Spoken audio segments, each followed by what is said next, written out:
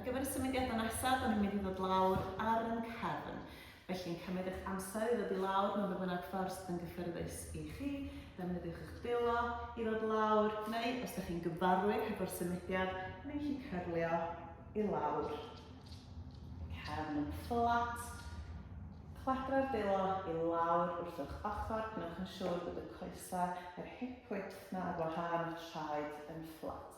Gadewch i'r asena ymlacio i fewn i'r mat fel bod ni'n gweithio yn y neutral, a cofiwch dod ar cyhyrau y côr na at ei gilydd i'r trydydd notch, yn gweu y cyhyrau yna at ei gilydd.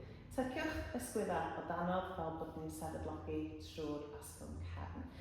Yn cymryd yr anadl i fewn i baratoi, ac wrth anadlu allan, cadwch y coes dde i'r tabletop.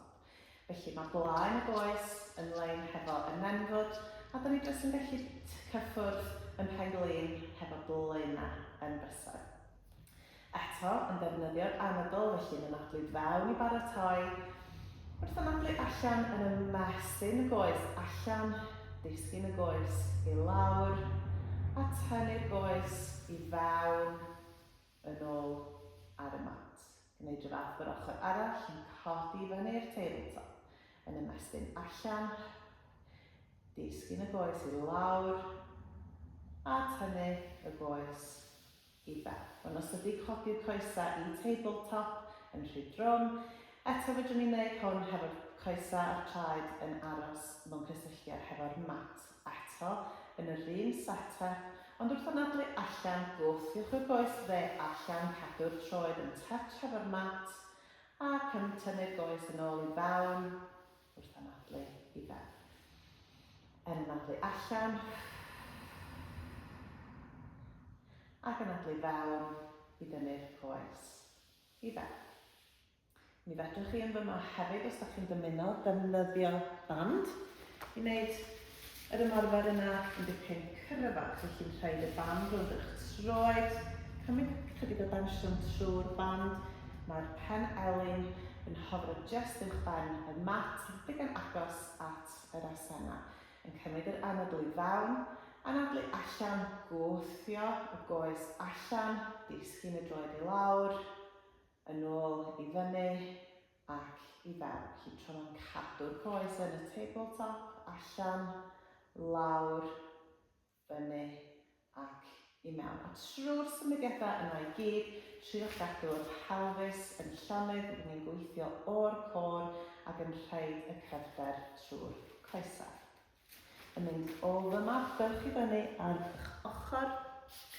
Gwneud yn siŵr bod yr panelin a'r ysgwydd yn lein, yr hips wedi stacio un ar top y llall. A da ni'n mynd i agor trwy'r coes top i fyny ac i lawr. Yn anadlu allan ac i fewn. Triwch godi fyny trwy'r asena, os ydy o'n rhy drwm trwy'r ysgwydd neu ar hyd yr ochr. Dewch i lawr, gorffwys eich pen ar eich braich neu eto rhowch bloc o danodd, a da ni jyst yn codi trwy'r goes i fyny ac i lawr. Yn gwthio'ch hun i fyny i eistedd, da ni'n mynd i ddod un mor forwyn. Sawl opsiwn hefo'r coesau yn fyma, os nad ydy o'n gyffyrddus neu'n bosib rhaid y droed yn erbyn y clyn. Dewch i eistedd coesau i croesi, neu coesau allan, neu eto fedrwch chi wneud hwn ar y gadair hefyd. Da ni'n mynd i roid y fraich dde i lawr, cymryd yr anadlu i fewn yn ymestyn trwy'r corff, ac wrth anadlu allan, plygu trwy'r panelin, dod o'r fraich i fyny a drosodd. Dal i feddwl am y llinella syth, teimlo'r cyhyr yna ar yr ochr yn tynnu'n i fyny, ac yna ymestyn drosodd i'r ochr arall, a byddwn ni'n cael y stretch yna yn naill ochr a'r llall. Eto gwneud 3 neu 4 o'r rhain bob ochr, yn newid y traed i ni fynd i'r cyfeiriad